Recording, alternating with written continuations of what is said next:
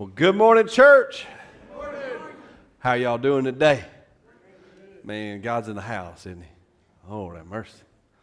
Good, good. We are so glad to have each of you here. I do have a couple of real quick announcements before I get into the message this morning.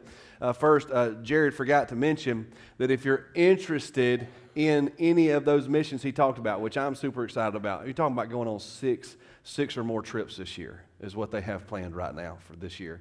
And I love that. But he's going to be just outside these front doors. They have a table set up out there. So if you just want information on any of those or all of those trips, please be sure to stop by there and get that today. If you have kids, don't forget, you'll have to go out the front door, okay, to get that information. Want to make sure that if you're interested in foreign missions and our endeavor to be a sent church, we want you to join in on that, okay? Get that information so you can find out and begin praying about what God would have you do. Also, I want to invite you to something else. If you're watching online, you're here this morning, maybe you're new to the church, or you've been coming for a little while and you've kind of yet to plug in at Golden Corner Church, I want to invite you to an event we have. About once a quarter, we have an event called Welcome to the Family. Raise your hand if you've been to a Welcome to the Family event. Okay, so you see these hands that went up. We had people that have been here. Welcome to the Family is very informal, but we're having one next Sunday, February 4th at 6 p.m. Basically, you're going to come in this room. We're going to talk to you about how you can become more engaged at Golden Corner Church, the opportunities that are available to you, but it's also a great opportunity to meet the staff and our families, and we just get to hang out, and you also get to meet people who are kind of in the same boat as you. They're new to the church. They're trying to kind of find their way. And it is just an awesome time. We feed you, we hang out, we cut up, carry on. It's just a lot of fun, okay? So it's a must. Listen to me. It is a must. If you're new to the church and you're wanting to get more engaged, you have to come. It is the thing to come to, I'm telling you, to just get to know everybody. It makes such a difference. It makes such a difference in coming in and out of here on Sunday mornings. Does that make sense? Everybody good this morning? You ready to go? Good, I'm ready to go. We began a series last week entitled Get Better. It seems to be the mantra of the masses these days. All you have to do each day is just get better. Thank you. All you have to do each and every day is just get a little better. Just be a little bit better person than you were the day before. Just try a little harder than you did the day before. I've said it before and I'll say it again. I love this kind of thing. I love this kind of goal in life. I think it's challenging. I think if you really begin to look at what it takes to get a little better every day, I think it's challenging, but I also think it's realistic, okay? I think if you really look at it and you really understand what it means to try to get better every day at something, you'll see how intimidating it is, yet it's attainable, right? And so I love goals like that in life, and so get better. When my buddies, my best friends and I were getting married, one of the patriarchs of one of our families gave us a piece of advice, and I'm protecting their identity here. And the piece of advice was this: when you get married, boys, keep the bar low. Y'all don't think that's as funny as I thought it was. Keep the bar low. That was his advice to us and his sons and us as we were getting married. He said, just keep the bar low. But let me explain the logic, because it seems like bad advice, but this is it. Marriage is for life, right? That's what we hope. Marriage is for life. So if you want a thriving marriage, you can't start off being incredible. You can't just start off being the best husband there is. They'll get tired of it. So here's what you got to do. You got to keep the bar low. You got to start off down here, and that way every year of your marriage you can get incrementally better. You can just be a little bit better husband every single year, and that'll keep the lady on the hook. That's what he said, okay? Makes sense to me, right? I'm just kidding, guys. I'm just kidding. I didn't do that, but I do need to set a reminder. This is the year I'm supposed to begin adding to the grocery list, so just to help out, you know what I mean? Anyway, you'll get it later. If you didn't get it now, you'll get it later. The idea is to get better. I always appreciated that. Well, a relationship is exactly what we're talking about getting better at, but not in a manipulative way like was suggested to me.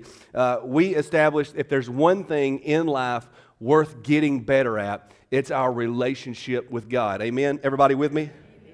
We want to get better at our relationship with God. We want it to be the strongest part of our life. We want it to become the priority of our life. We want to get better at just having a relationship with Him every single day. After all, it was Jesus himself, and we're Jesus people, right?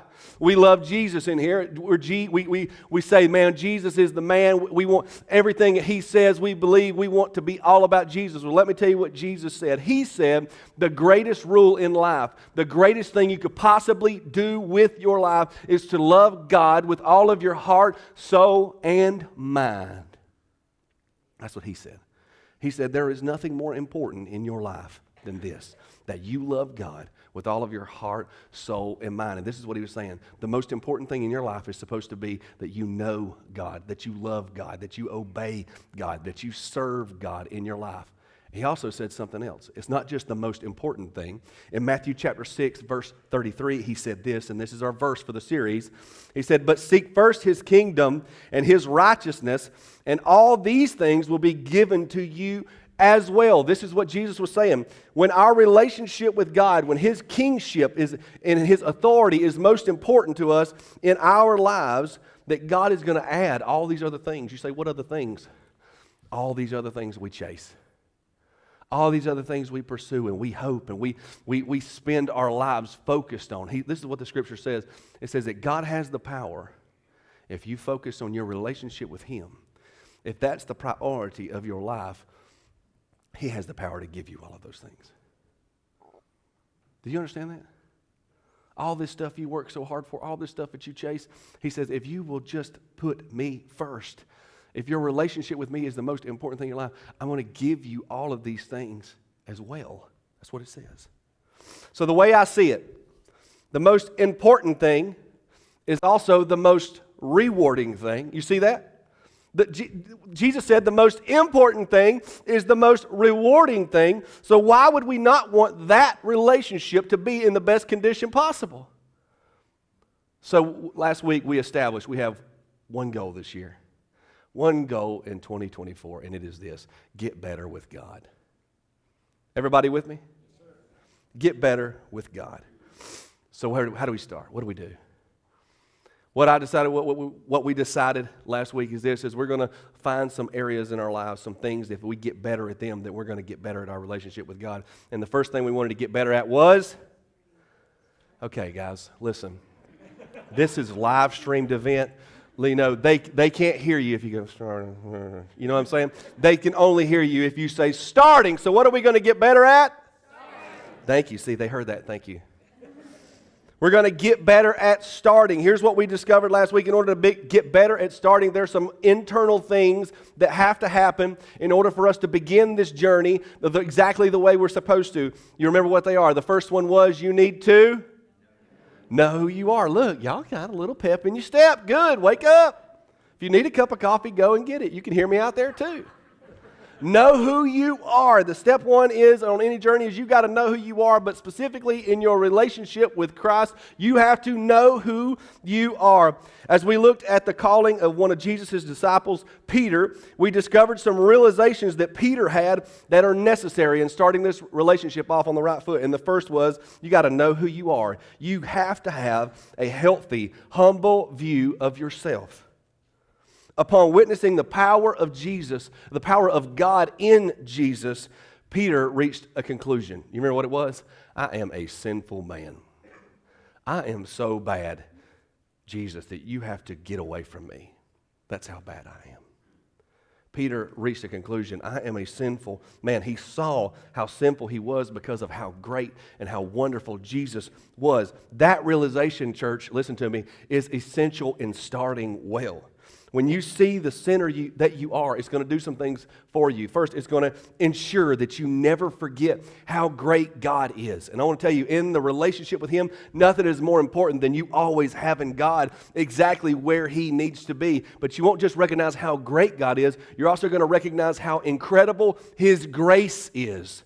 And when you recognize how incredible His grace is, you're going to realize how awesome it is that even though you're sinful, even though you're not really very good, He still wants to be close to you. And that's life-changing. God still wants to have a relationship with you, even though you are a sinner. And that is awesome. So knowing who you are, but I'm telling you, it cannot stop there.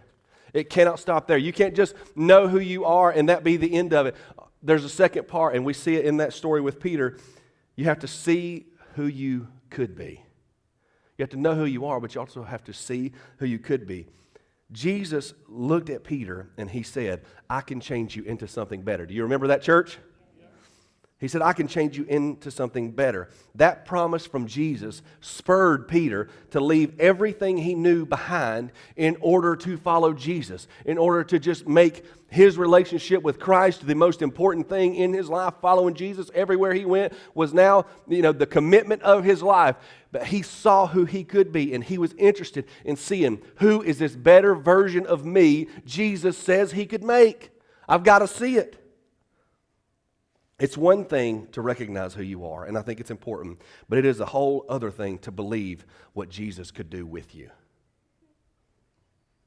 Truthfully, in your relationship with God, you have to understand that God wants to mold you into a better version of you. That's what he wants to do.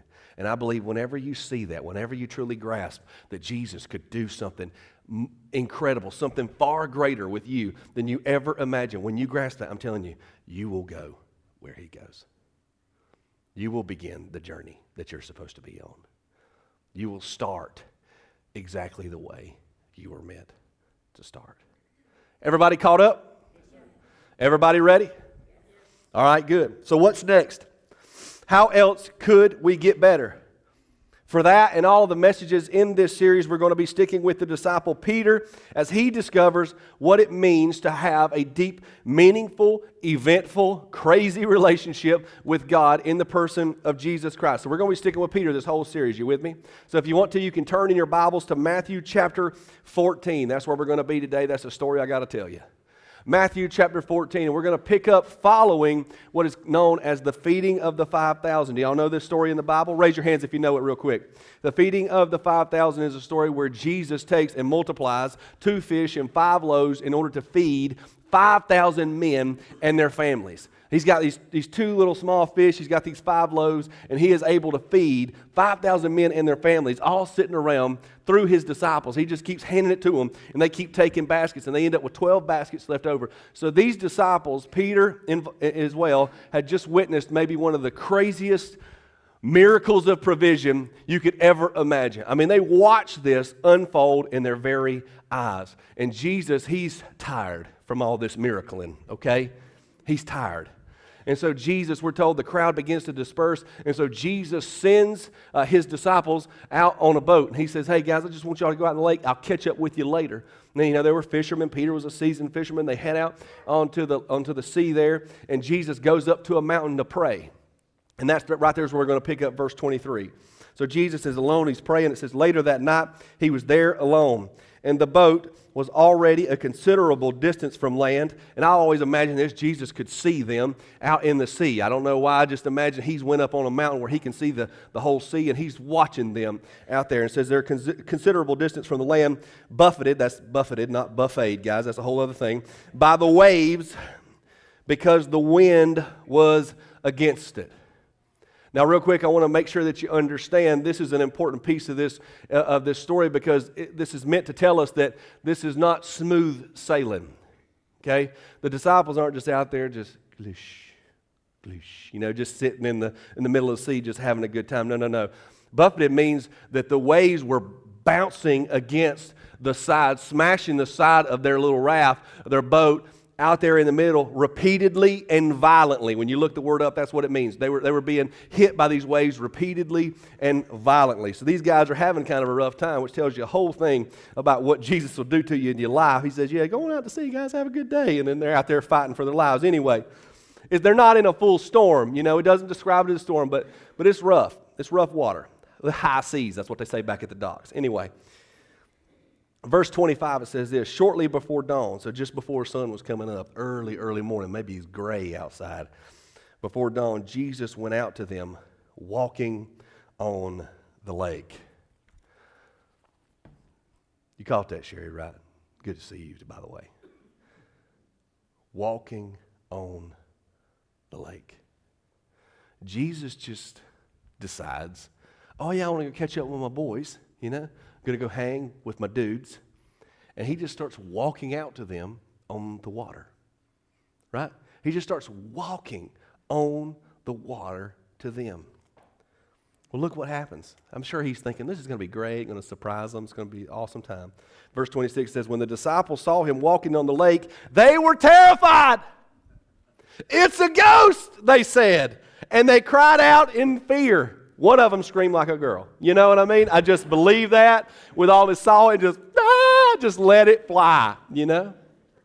Screamed out in fear, it's a ghost. They responded exactly the way that you and I would, even if we knew Jesus was around somewhere close. What is it? It's paranormal activity, right? It's got to be a ghost, and it's got to be here to harm us, right, Scott? It's got to be here to hurt us. Jesus wanted to ease their fears, we're told. And he says, take courage, it is I, don't be afraid. I would assume that maybe the view had cleared a little bit. Maybe the fog was lightening up, or they could begin to see, or they recognize his voice, because there's not any indication here that one of the disciples said, oh, it's talking to us. You know, there's nothing like that. As a matter of fact, we only see that Matthew notes that one of the disciples replied, and it was verse 28. And this is what it says. It says, Lord, if it's you, Peter replied, tell me to come to you on the water. Tommy, what is Peter thinking? I've thought about this. I've thought about this for a while. I've just tried to put myself in Peter's shoes. What is he thinking? And I have some things. You with me? I have some things. I think this. Peter loved Jesus. I think that. I think there's this bond that you can see from their first meeting all the way to now. There's this bond that's been built. He's watched Jesus perform these miracles. I think Peter just loves Jesus. I think he's committed to Jesus at this point. After all, we just read last week how he had left everything he knew in order to follow Jesus. So I think he's committed to Jesus. And I think there's just this part of him that he's just determined to stick with Jesus. And he's been a part of watching Jesus do incredible things. And so as far as is concerned, Jesus is doing an incredible thing right now, and I want to be a part of Jesus doing this incredible thing too, right? I think he just wants to do it. He wants to be as close to Jesus as he possibly can be, so he's bold. And we see this with Peter. I think there's some other things too, though. I think Peter wanted to stand out among the disciples. I think when you look at Peter's story, I think there was an element of just he wanted to lead. He wanted to be a leader of those guys. He wanted to help in any way that he possibly could. He was a very self-initiative kind of guy. And so I think Peter was just like, you know what? I'll step out and walk with you. I think it was good. I think there's another thing, and this kind of hit me this week. I think it looked fun. You know, I mean, come on, let's be real. Jesus is walking on water. This is an opportunity that you have. I think there's a piece of this that just like Peter is just like, it looks fun.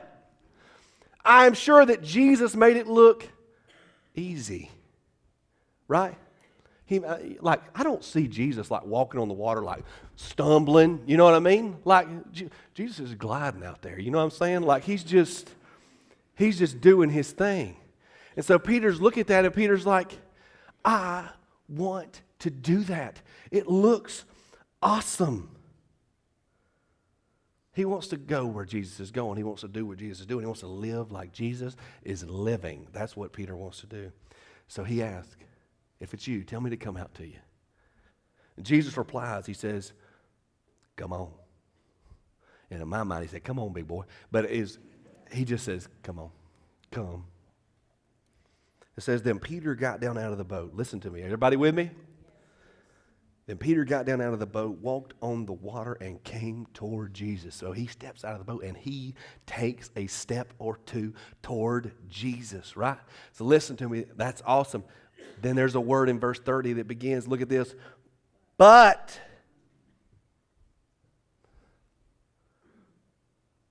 That's an important word. He took a step or two towards Jesus, but when he saw the wind, he was afraid. Other translations say when he saw the wind and the waves, he was afraid, and beginning to sink, cried out, Lord, save me. Peter took his eyes off of Jesus. He began to notice all these other things happening around him. And the second he did, he became scared and he began to sink.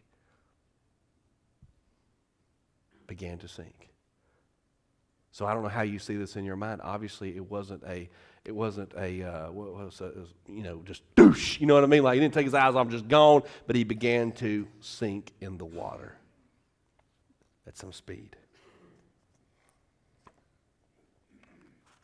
As soon as Peter started out towards Jesus, he realized this is not all smooth sailing. This isn't as easy as I thought it was. Man, there is a lot going on out here in the water with Jesus. This is scary. He said, there are waves, there's wind.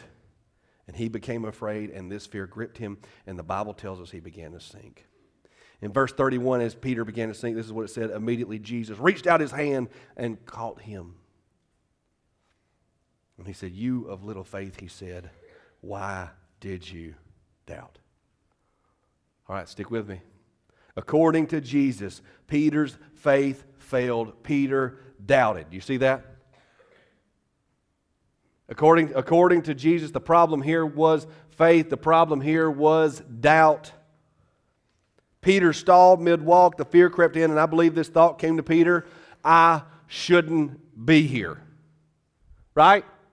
Peter got it. He said, I shouldn't be here. I'm not sure if this was best for me, after all, to be out here walking on the water with Jesus. He said, I'm not sure this is going to be worth it. We're told Jesus lifted Peter up after this. And they both climbed in the boat with everyone worshiping Jesus, saying, truly, you are the Son of God. This part of the story, it always strikes me because Peter gets helped into the boat. He's dripping wet. He's sank to some part of his body. And when Jesus hops over in the boat, all of these other disciples, everybody that just witnessed this miracle, begin worshiping Jesus. Camera people, stay with me right here. I always see Peter this way. I see him climb up in the boat and just sit against the boat. Everybody else is high-fiving Jesus and walking over in the boat, talking to Jesus, and Peter's like this. Because Peter just had a moment that none of the rest of them had. He's having a moment of introspection, a gut check moment. You see what I'm saying? Peter's sitting here, and he's wondering, what just happened? Why did I mess that up? Why was that so doggone hard? That's what happened with Peter. Truth be told, when you read the story, what you realize is Peter identified for himself and for us what he needed to get better at. Do you see what I'm talking about? Peter identified him for himself and for us what he could get better at. Did you see it? I thought of a lot of ways to say this today. The different words. But I felt like this was the one that was on us. Peter realized he needed to get better at committing.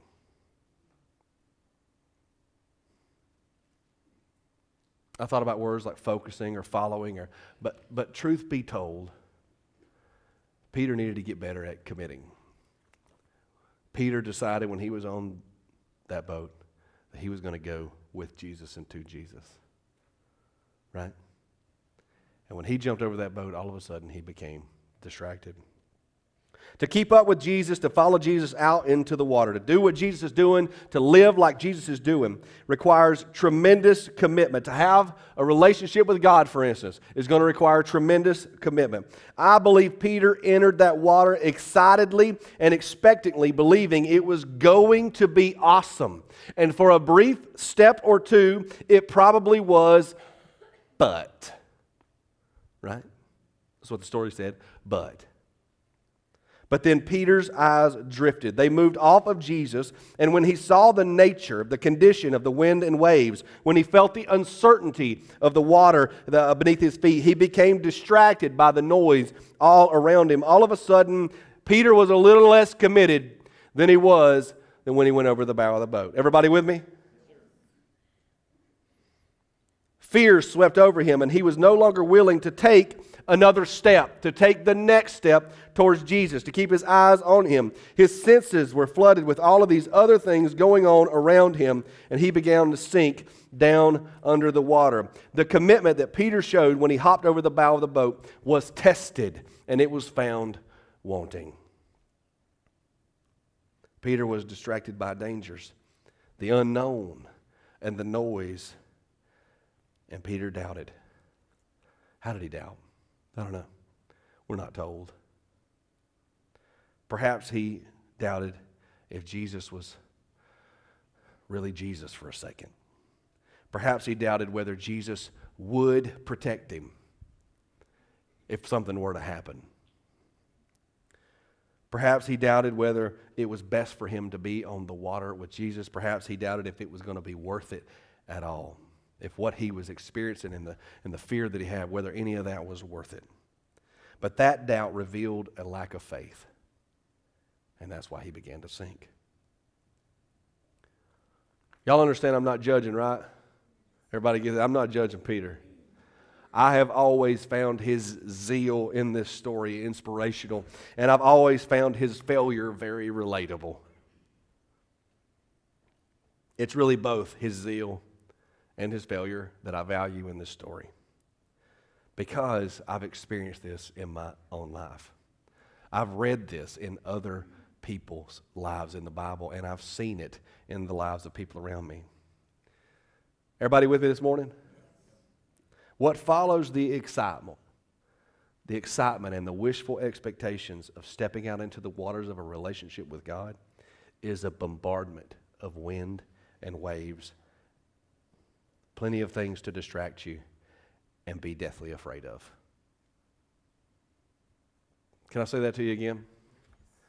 If you embark on this relationship with God, I want to tell you something. What will follow is wind and waves. What will follow is challenges, hard times, difficulties, distractions, and temptations. Are you with me? You have to understand that. As soon as you grab the bow of the boat and you say, I am going with Jesus, I can assure you, it will be as if the world around you turns confrontational. Nobody going to amen that? I mean, have you ever experienced that? It's going to be like everything else in the world is against you having a relationship with God. Right, Chris? You've experienced this. I know many of you have. Your commitment to know God will be met with animosity. It will be. Your endeavor to love Him will be met with distraction. Your pledge to honor Him will be met with objection. Your promise to obey Him will be challenged with temptation. Your hope to serve Him will be met with complication. Are you with me? That's the truth. Can I tell you what this will look like? Practically speaking, what this really looks like. Church, can I tell you? Yes. Let me tell you. You commit to a relationship with God and you say, you know what? I'm going to start having a quiet time. I'm going to have a quiet time. I'm just going to find 20 minutes of my day. I'll probably do it there in the morning. And I'm just going to start sitting down and having that quiet time. You know what your phone's going to do?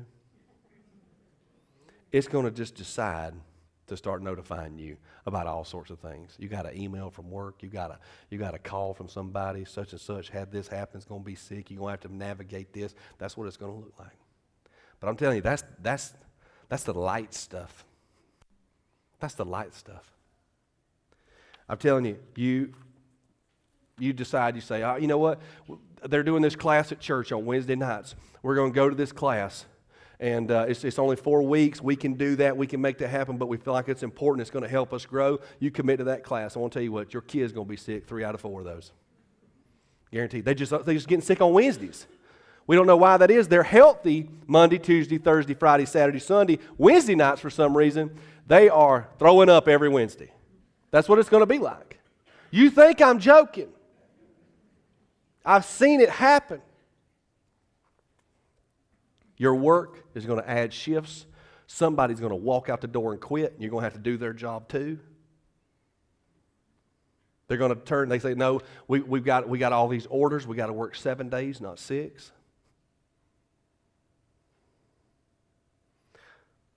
You and your spouse decide, you know what? We need to pray together more. We need to pray together more. But you're so tired from all that work or all this stress and all these things that are happening in your life, you say something smart. And then y'all ain't praying together because y'all can't look at each other.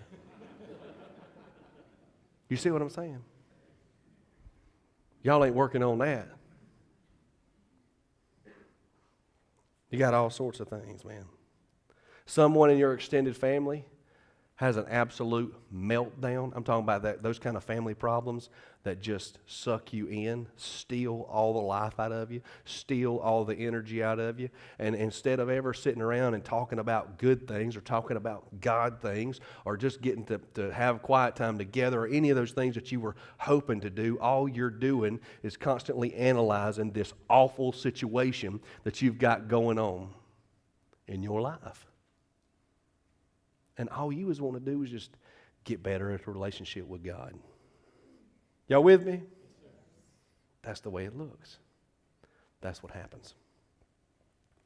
Other things will happen, man, I'm telling you, and they'll happen under the radar. Lustful situations will be dropped into your lap like they're going out of style. Like temptation after temptation will be thrust in front of you. An old friend will call you that you used to have some bad habits with, and they'll need you.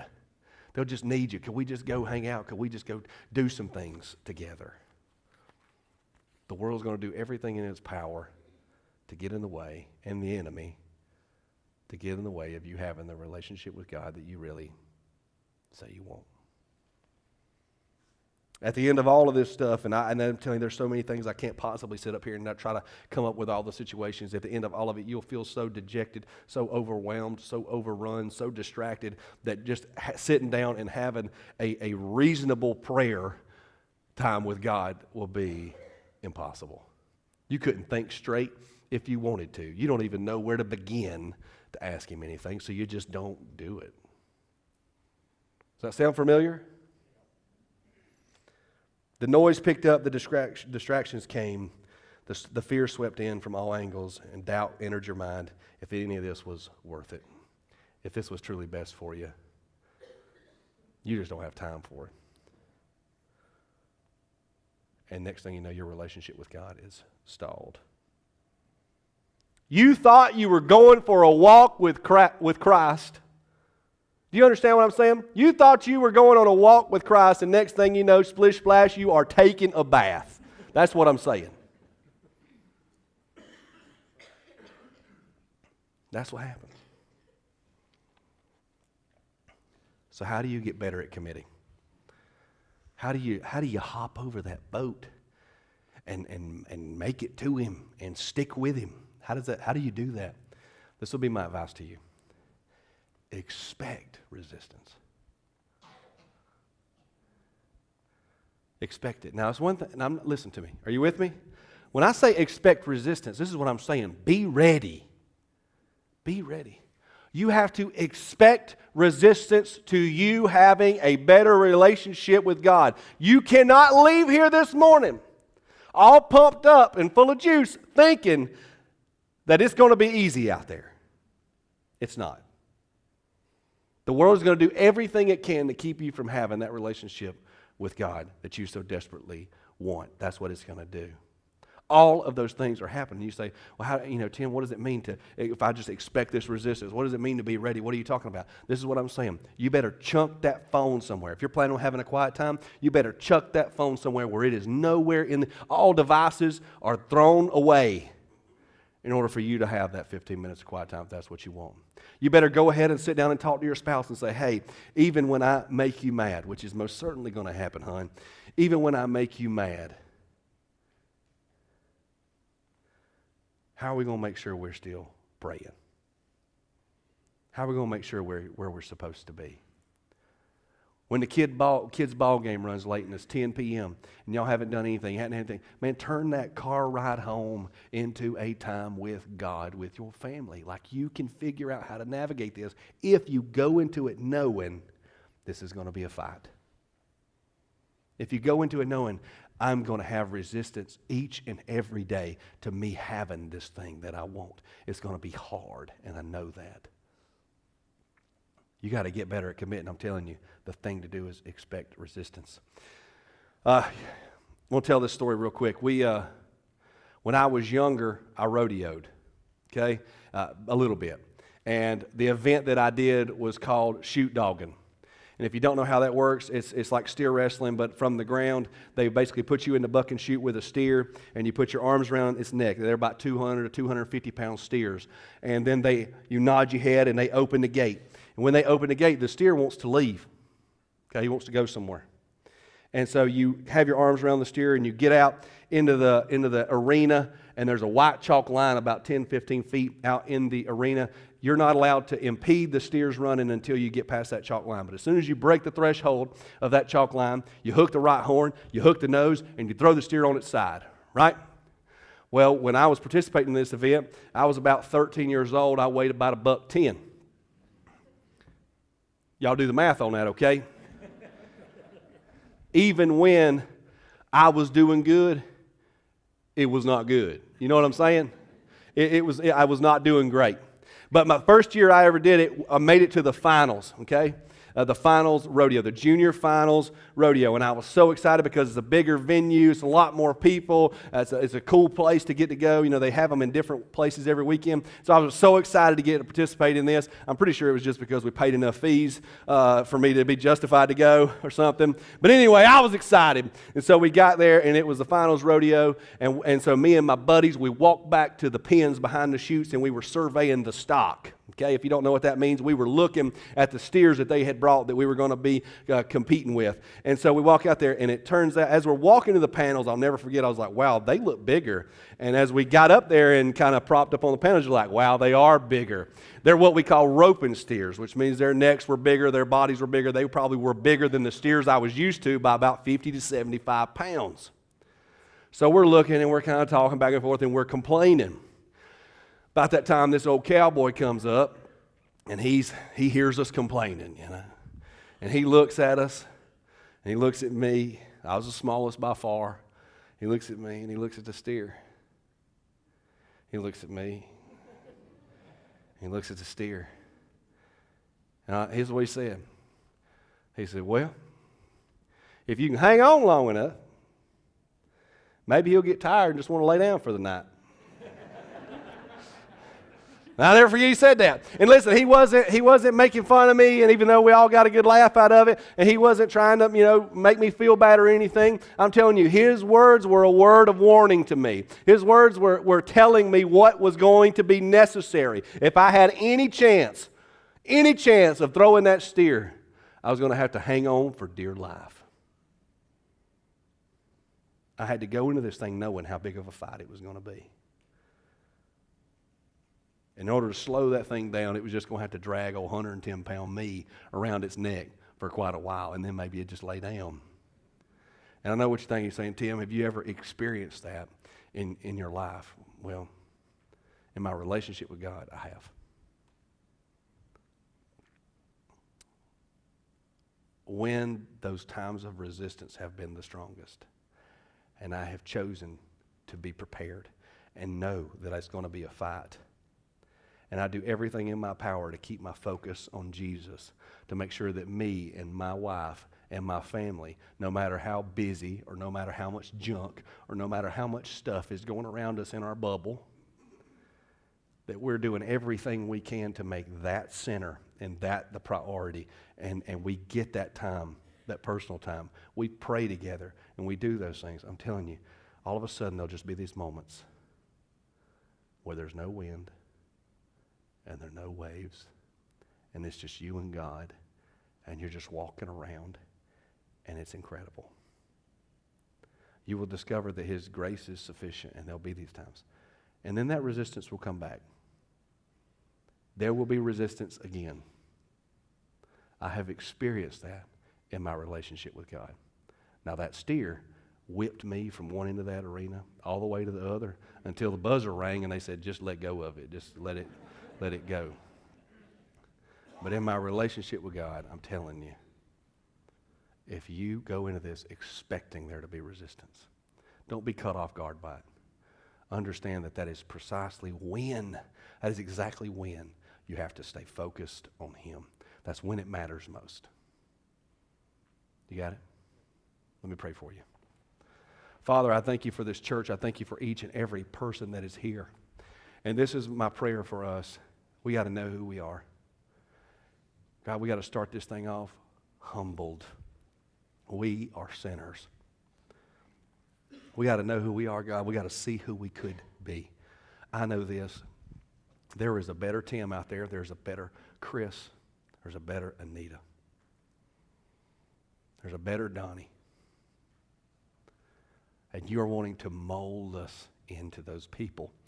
God, I pray that we see it, and it's not there to make us feel guilty. It's there to give us cause for excitement, cause for joy, that you love us so much and you're so graceful that you want to do something with us. You want to use us and turn us into better people. God, I want us to see who we could be, and then I want us to expect resistance. I want us to know trouble is going to come. The world is going to try to keep us from you, and we are going to do our dead level best to be prepared for that, to fight it at every turn, to keep our eyes focused on you where we can trudge towards you, walk right with you, no matter the wind, no matter the waves, God, and you get the glory for all of it. And I do pray this for those that are surrounded by turmoil right now, are surrounded by things, wind and waves that are trying to impede their relationship with you. I pray this. God, I pray that you'll begin to quiet those. You'll begin to push those out of the way, smooth their walk with you, and give them a time to experience what it's like to have that true tranquility. That time where it's just them walking with you, and it's good. Because I know this, that time, that always encourages me to keep going when the resistance comes. Father, I thank you. I love you. I pray that you help us as a church. I'm excited about the foreign missions. I'm excited about the Welcome to the Family next Sunday. We've got so many great things happening here. Looking around at the people that are here, the crowds that are here. God, help us to help it, all of it to be about you, to be about a relationship with you and helping others have a relationship with you. In Jesus' name, everybody says, amen. Church, I love you. I hope you have a great week and look forward to seeing you next Sunday. Bye-bye.